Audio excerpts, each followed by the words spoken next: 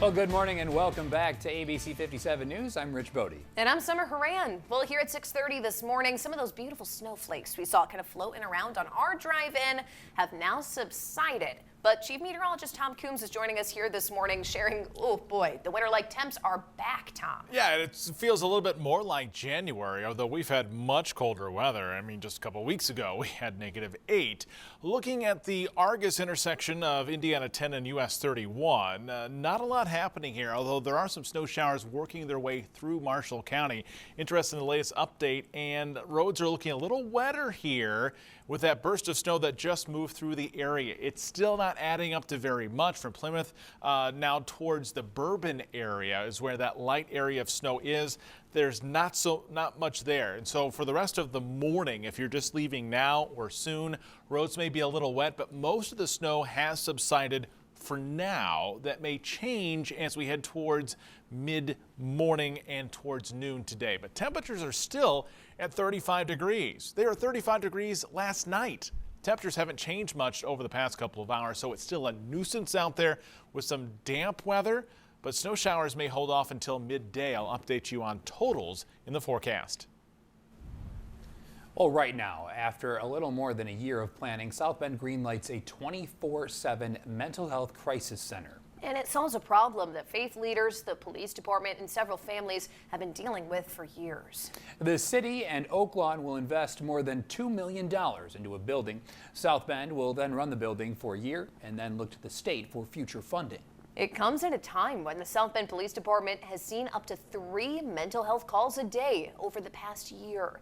South Bend Police Chief Scott Ruskowski says the new center will really help out officers and people in need. We've had to do before many times, most of the times actually, take them to jail and let them handle it. And that is not right, nor is it fair. The mother of a deadly officer-involved shooting victim, Marcia Cottrell, says she's hopeful the center will stop the heartache from being felt by more families.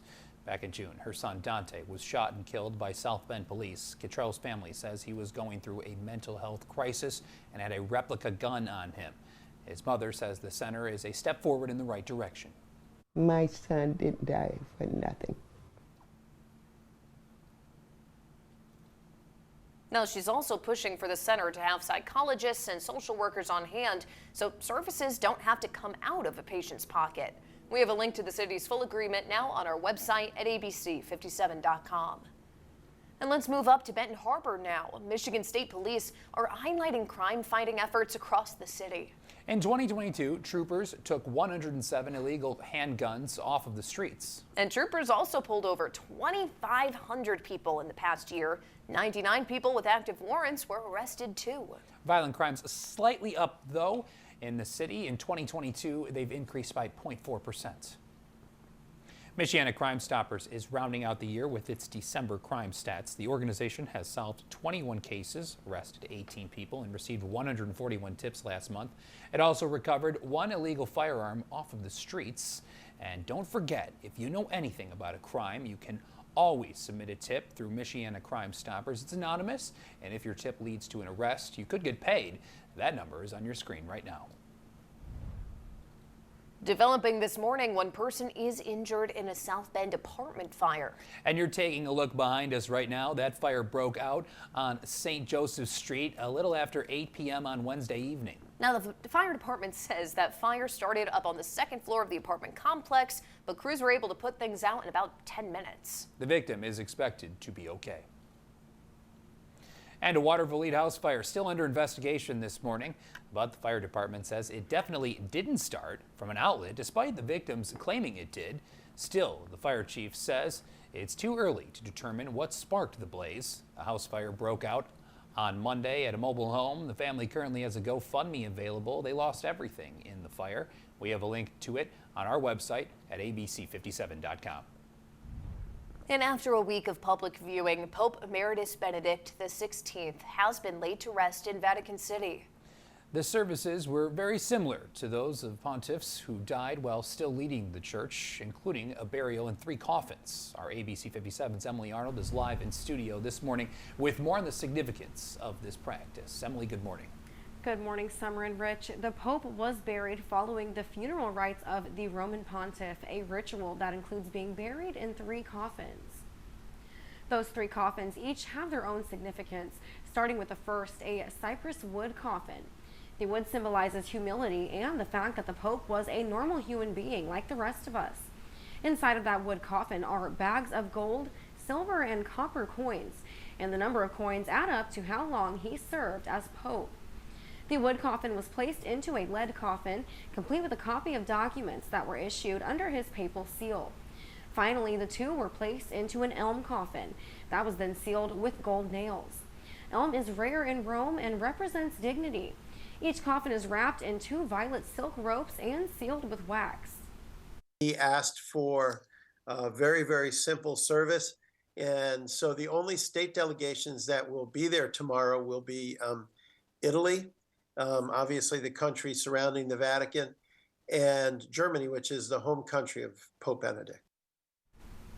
And the Pope is now buried in Vatican Crypt inside of John Paul II's former tomb, where more than 90 other popes have been laid to rest. Live in studio this morning, Emily Arnold, ABC 57 News.